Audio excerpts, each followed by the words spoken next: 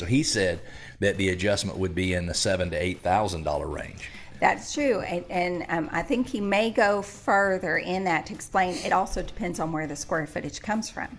So if it's a half bath, you give a price for a half bath, yes, right? So there's not an additional price per square foot for that half bath because you've already given the price for the half bath, which in our market I tend to see $2,500 for a half bath. It's also depending upon what other factors were at play in that appraisal. You can't just be, oh, you got 117 square feet.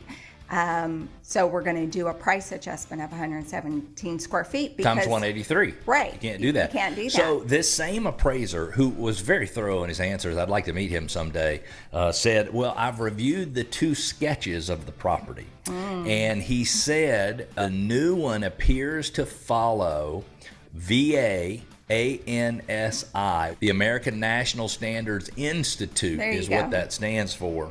And so he said that they followed the appraisal standards. The prior one, they had rounded to the nearest square foot.